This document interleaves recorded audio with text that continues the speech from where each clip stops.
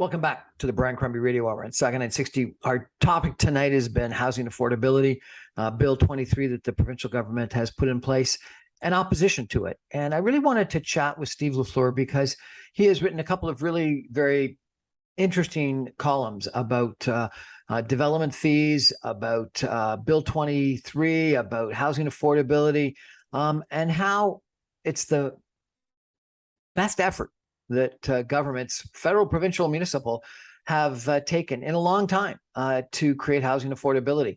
And that it's not perfect and it's not going to be pleasing to everybody, but that it's a real effort in that regard. And that if we don't solve the housing affordability issue, Toronto and the greater Toronto area in a lot of places are going to become unaffordable for anyone other than the very rich.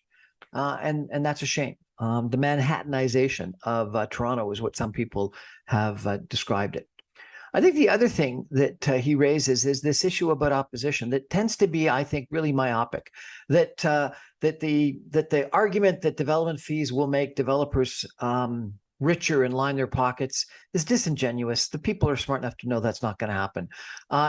People that argue that the housing that the bureaucracy and the NIMBYism and the role that people play in opposing development is democracy and a positive. It's not. It's a minority, a very, very small minority that ends up having an outweighted voice and stymies development that we desperately need.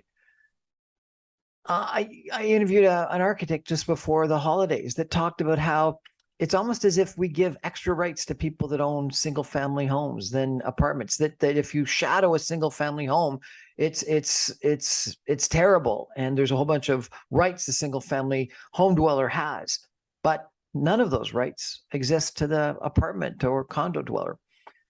We've got to reorient our society. We've got to reorient our housing policies, our zoning policies, our approval processes, such that we actually build the housing we need.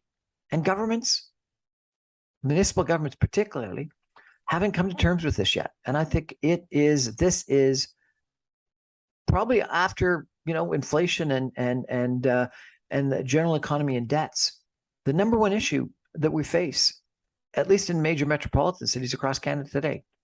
So governments, municipal politicians, let's figure out how we can build more homes, and let's stop being oppositional all the time. Thanks. Good night. That's the Brian Crombie Radio Hour for tonight. I'm on every Monday through Friday at 6 o'clock on 960 AM. You can stream me online at www.saga960am.ca.